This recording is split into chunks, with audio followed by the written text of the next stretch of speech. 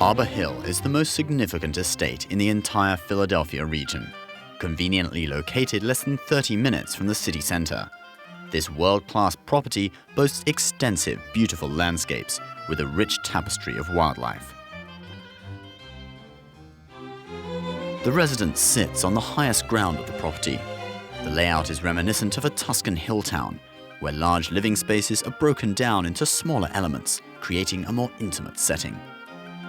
The 8-bedroom house is built around a Belgian stone courtyard that serves as the heart of the house and welcomes you after driving through the secluded estate.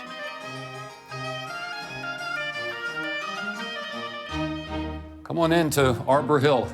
This is a Rafael Viñoly designed house. It's almost 45,000 feet under roof on 70 acres. I'd like to show you. Come on in. When you enter the house, you walk into a foyer that is probably 60 feet high. This is the place to entertain larger groups. Here you are confronted with impressive Venetian plaster, illuminated by the skylights above. The sandstone, wood, steel, and glass merge together in a unique fashion. Wherever you stand in the house, you have a unique vista to other spaces, upwards or out into the landscape. The full-sized basketball court used to be the formal living room. With it, you have very expansive French windows, allowing in a lot of light. When you walk down the corridor, you see a set of doors. And if you open the doors, you enter a room. You have to take 3 steps down into it. And it's the library.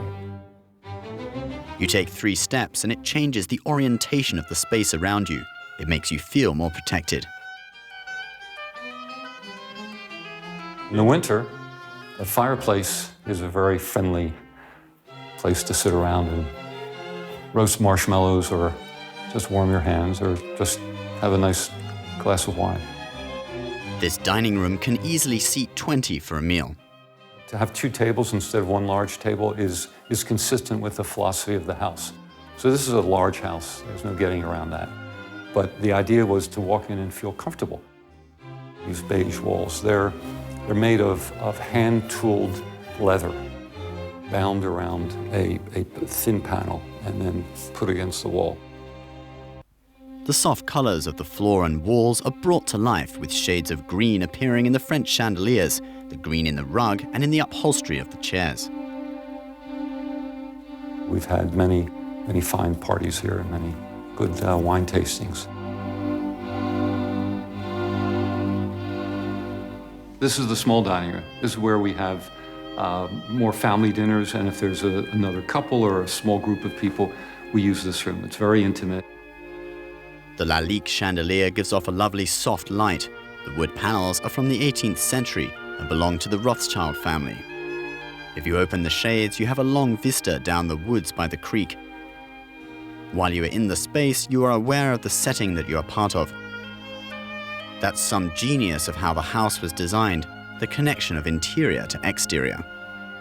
The state-of-the-art kitchen holds 2 islands, 3 pantries, and an additional family-style dining area. The ornamental carvings found in the cabinets are from southern Germany. The family room and pool are right next to the kitchen. If you have kids, it'll be really easy to see them and check in with them.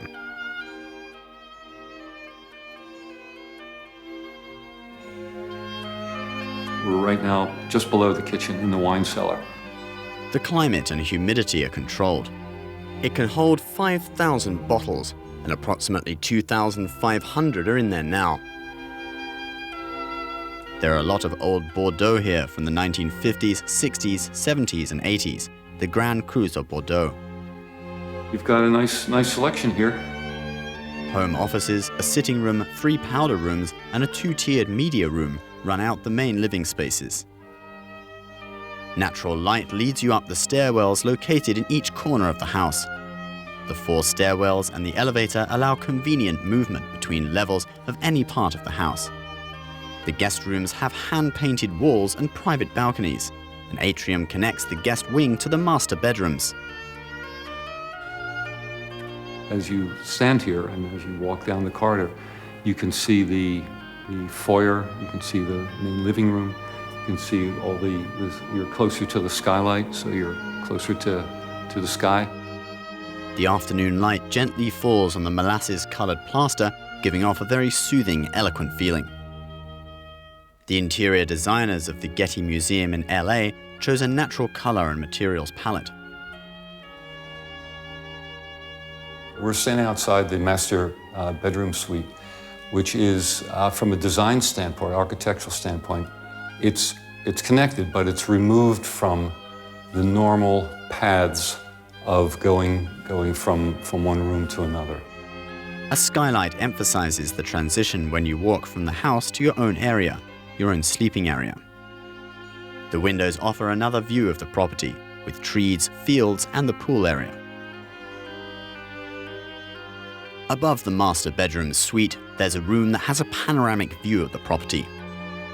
When I get up there, sort of time stops and hours go by at a time and I don't realize it, so it's a good place to be. And it's a great view, 360-degree view.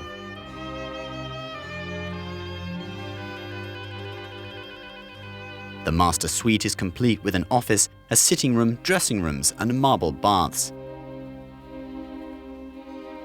One of the sumptuous baths is adorned with a tub carved from a block of solid marble from Italy. There are 5 bedrooms in the children's wing.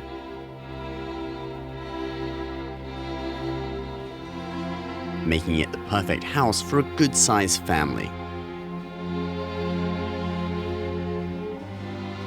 Each wing has its own personality and its own aesthetic and its own views. From anywhere within the halls, there are simultaneous views of the courtyard, the fields, and the woods of the property. Here you can see the patio of the bathroom, the ladies' bathroom, and you can see the sitting room coming out. And on the first floor, you can see the box window in the large dining room coming out. And you can see the tower that has the master suite. There's something going on at each moment your eye travels across the surface.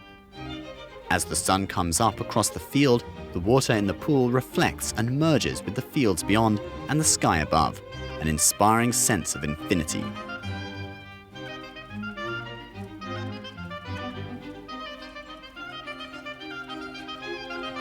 Additionally, a 20,000 square foot playhouse with indoor and outdoor clay tennis courts complete this extraordinary style of living. The roof is high for an indoor tennis court. It's about 45 feet high, and its height is down the center of the court, so you can hit lobs, and they don't hit the roof very often. Indirect lighting illuminates the ceiling, so you don't look into the lights for a serve or an overhead. The candle power is about 1/3 greater than what is required for televising a night match. When you are playing, the ball stays within the 14-foot green screen background.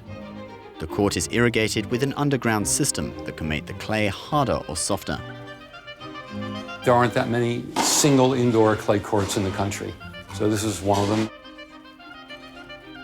This extraordinary residence is suitable for the display of grand art collections and also perfect for a more casual and intimate lifestyle.